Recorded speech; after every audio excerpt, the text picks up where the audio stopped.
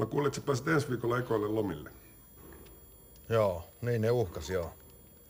Tuot mulle speedi, kun tuut takas.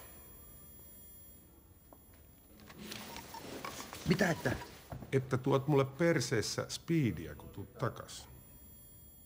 Missä? Peräsuolessa.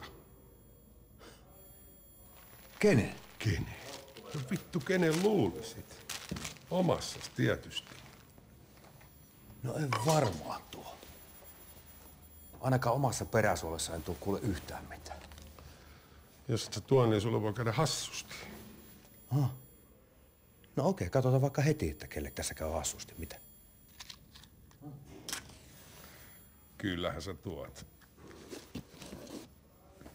Se ei ole sun valinta. Siis olenko mä nyt ymmärtänyt oikein? Että sä et halua lähteä lomalle? Joo ei, mä en lähde ollenkaan lomille ennen vapautusta. No, mutta kun se loma on sinulle myönnetty. Oli myönnetty tai ei, mutta mä en lähde. Ja varsinkaan mihinkään peräsuolihommiin mä en lähde kuule ollenkaan.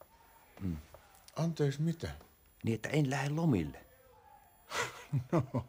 No eihän täältä nyt väkisin ketään lomille laiteta. Mutta pidä nyt pari päivää vapaata sieltä verstaalta. Enkä pidä. Mä dikkaan tehdä saunakippoja. Menee aika sukkelasti. Vie mut pois täältä.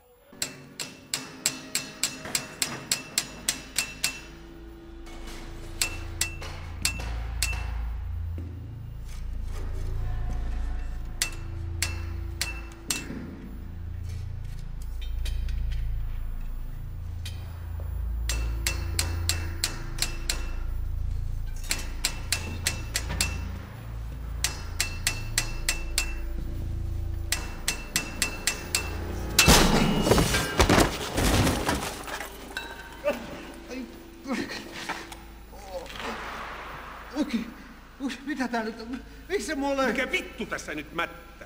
Eikö sulla ole kavereita? Ollaan. Nää hanskat kun luistaa. Se on se perseen homma. Rauhoitu.